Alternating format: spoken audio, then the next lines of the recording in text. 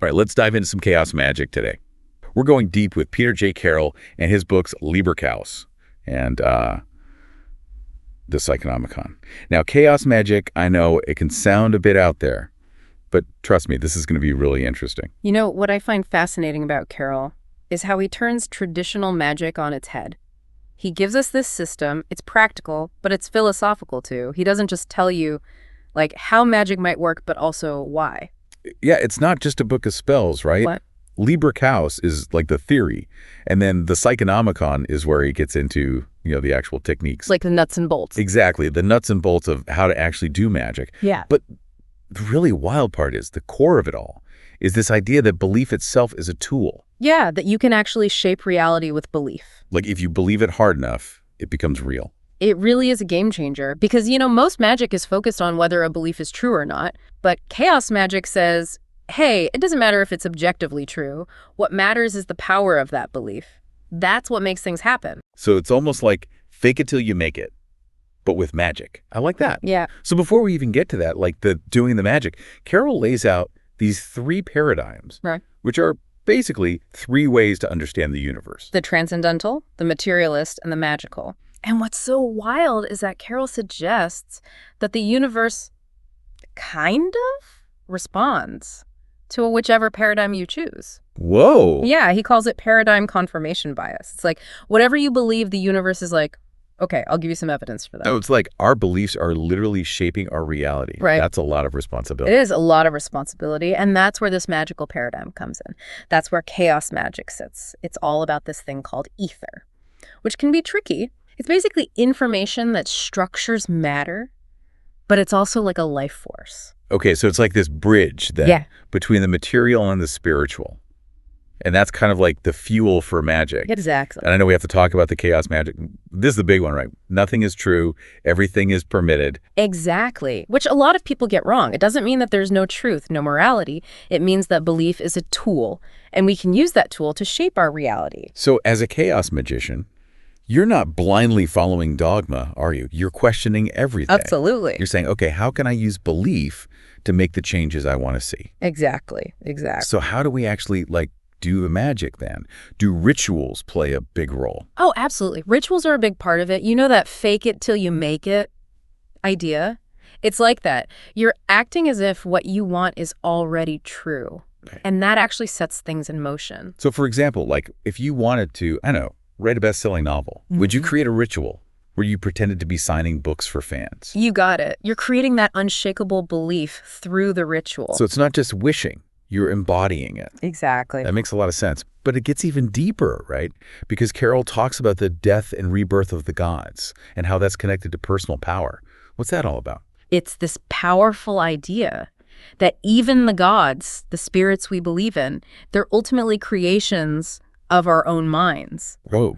And we have the power to shape those beliefs. So we're not literally killing gods. No. But we're recognizing the power we have to change what we believe. Absolutely. Even the beliefs that seem external. Yeah. That's pretty heavy. It is. And this is where sleight of mind comes in, which is like the core skill in chaos magic. You're using the power of your subconscious mind. Okay, so how did that actually work? Give me an example. Okay, so Carroll talks about this spell with battered stones to create dissension. You inscribe stones with symbols of your target, and you smash them together in a fit of rage. The key is you don't think about the outcome you want. You let the emotion power the spell. So it's like you're tricking your mind into doing the magic. Exactly. Bypassing all those conscious thoughts that might get in the way. Yeah. But that sounds like it could be dangerous if you're not careful. It can be, yeah. Carroll warns about paranoia, self-sabotage. If you focus on bad outcomes, your subconscious might make them happen. So it's a double-edged sword. You need the technique, but you also need the self-awareness to use that power responsibly. You got it. So we've talked about the theory, right? The foundation. Now let's get to the fun stuff. The practical magic. Yeah, let's do it. The Necronomicon is where it's at. And one of the coolest things Carroll introduces is this idea of the 8 colors of magic. 8 colors of magic, okay. Yeah, each color represents a different type of power. It's like a whole system. So not just like pretty colors. No, not at all. Each color is linked to a different magical energy. And how does he actually connect those colors to magic? Well, he connects each color to a basic human drive. Okay. Like instincts. Oh. So it's like he's taken all of human experience and mapped it onto these colors. Like a magician's toolbox, but color-coded? I like that. So let's break down some of these colors, starting with octarine. That's the color of magic itself, right? Yeah, octarine's all about the magician, that drive to explore the unknown, to push boundaries, to question everything. So it's the energy that makes you want to be a magician in the first place. Exactly, that spark. It's like those rogue mages in fantasy books, the ones who are always breaking the rules, inventing new spells. Yeah, exactly. So if octarine is the fuel, what are some of the other colors and how do you actually use them? Okay, well, let's talk about black, which can sound scary. It's the color of death. Spooky. But not in a purely destructive way. It's about confronting death, facing it, understanding that process of, decay and transformation. So it's not just about, like, casting harmful spells. No, it's about understanding those deeper mysteries, accepting the cycle of life and death. So black is about facing those ultimate truths. Exactly. And maybe using that understanding for protection or even defense. Right, but Carroll's clear about the difference between black magic and red magic. Red magic is all about combat, conflict. Okay, so both deal with intense situations, but what's the key difference? Think of black magic as a scalpel, precise, hidden. And red magic is more like a hammer. Okay, direct and forceful. Exactly. Well, red magic isn't just about physical fighting then. No. Carroll says the most important thing in any conflict is morale. That mental and emotional state. Exactly. It determines who wins, whether it's a battle or a business negotiation. That's interesting. So red magic could be used for anything, really. Right. It's about cultivating that inner strength, that confidence to face any challenge. Okay, so what about blue magic? That's wealth and prosperity, right? Yeah, blue magic. Now you're talking. So are there spells to conjure piles of money? Not exactly. It's more about developing what Carroll calls money consciousness, understanding money as a force. Almost like it has its own spirit. Exactly, and it responds to certain attitudes. So it's about more than just working hard or investing wisely? Right. It's about aligning yourself with abundance. Becoming a magnet for wealth. Exactly. And true wealth isn't just about money, is it? It's about having those experiences. Right, living a life of purpose. Yeah, money's just a tool. It is. Okay, what about yellow? That seems to be all about the self, the ego. Yeah, yellow magic is fascinating. It's all about mastering the power of the ego. Yeah. Your self-image, your charisma, laughter, creativity, dominance. So it's about cultivating a strong sense of self. Exactly, being your best self. And one of the techniques Carroll mentions is retroactive enchantment. What's that? It's where you rewrite your personal history. Like change the narrative. Yeah, you reframe those past mistakes. You turn them into sources of strength. Exactly. Instead of dwelling on the negative, you use it to fuel your growth. Exactly. So yellow magic sounds like a powerful tool for personal transformation. It is. And then we move to green magic. This is the realm of relationships, love, connection. Okay, I'm intrigued. So is it all love spells and finding your soulmate? It can be, but it's really about cultivating empathy, building rapport, fostering those connections. And Carroll says that the foundation of any good relationship is self-love. Exactly. If you don't love yourself, you can't really love anyone else. Absolutely. What are some of the ways to develop that self-love? Well, he talks about invoking god forms like Aphrodite, Venus, to connect with those energies of love. Okay, so tapping into those archetypes. Right. He also talks about behavioral matching.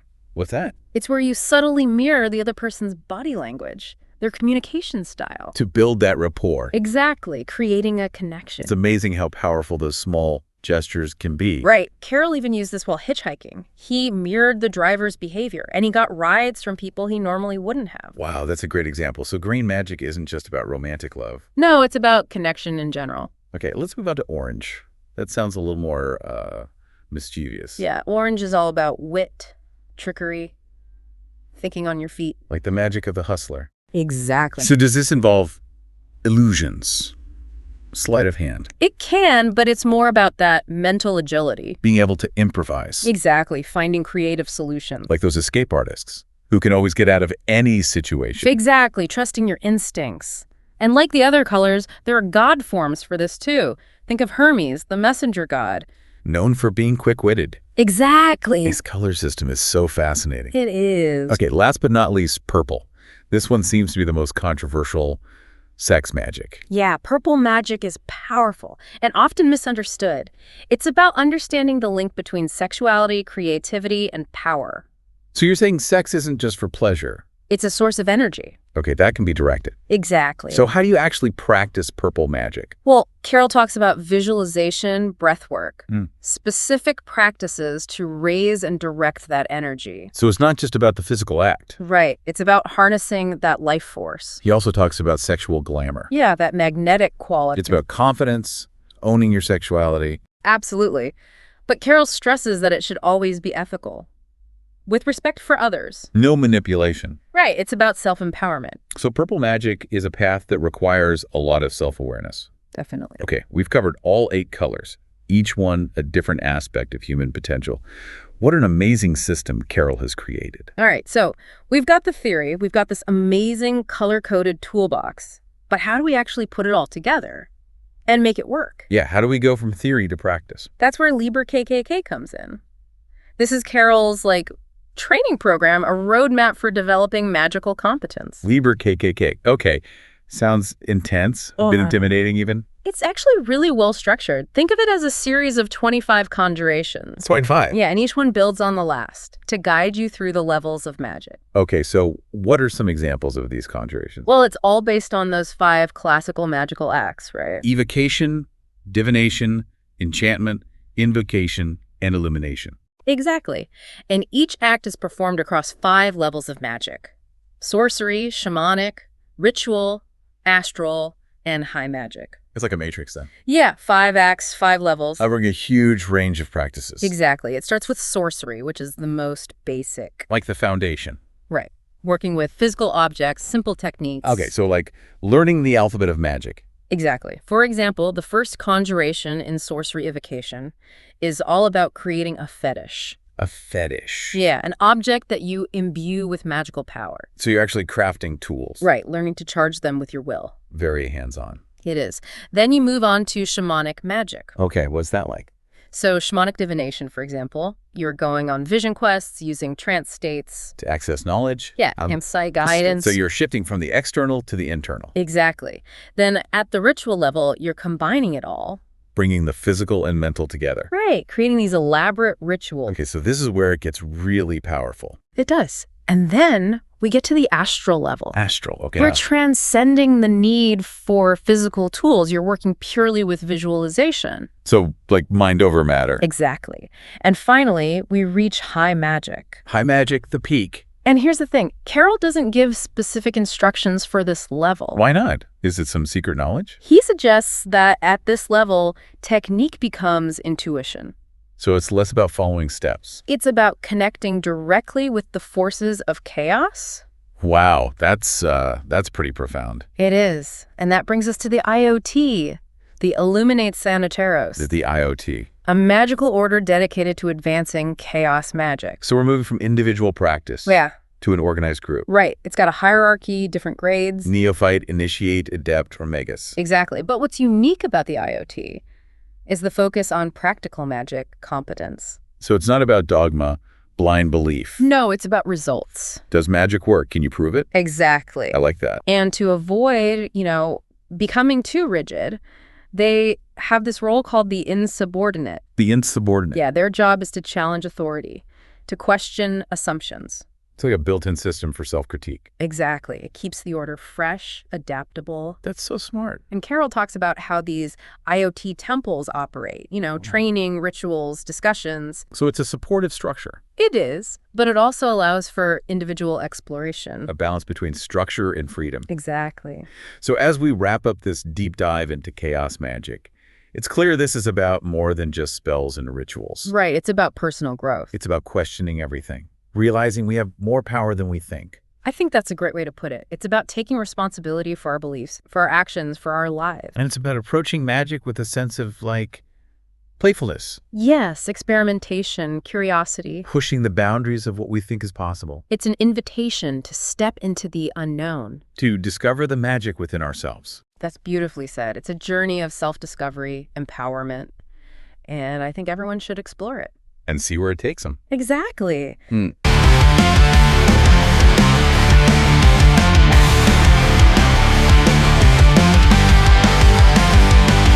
time bends, no boundaries to see. The self-dissolves in the river of the free. We craft our will from the deepest mind. In the web of the stars, we're all intertwined.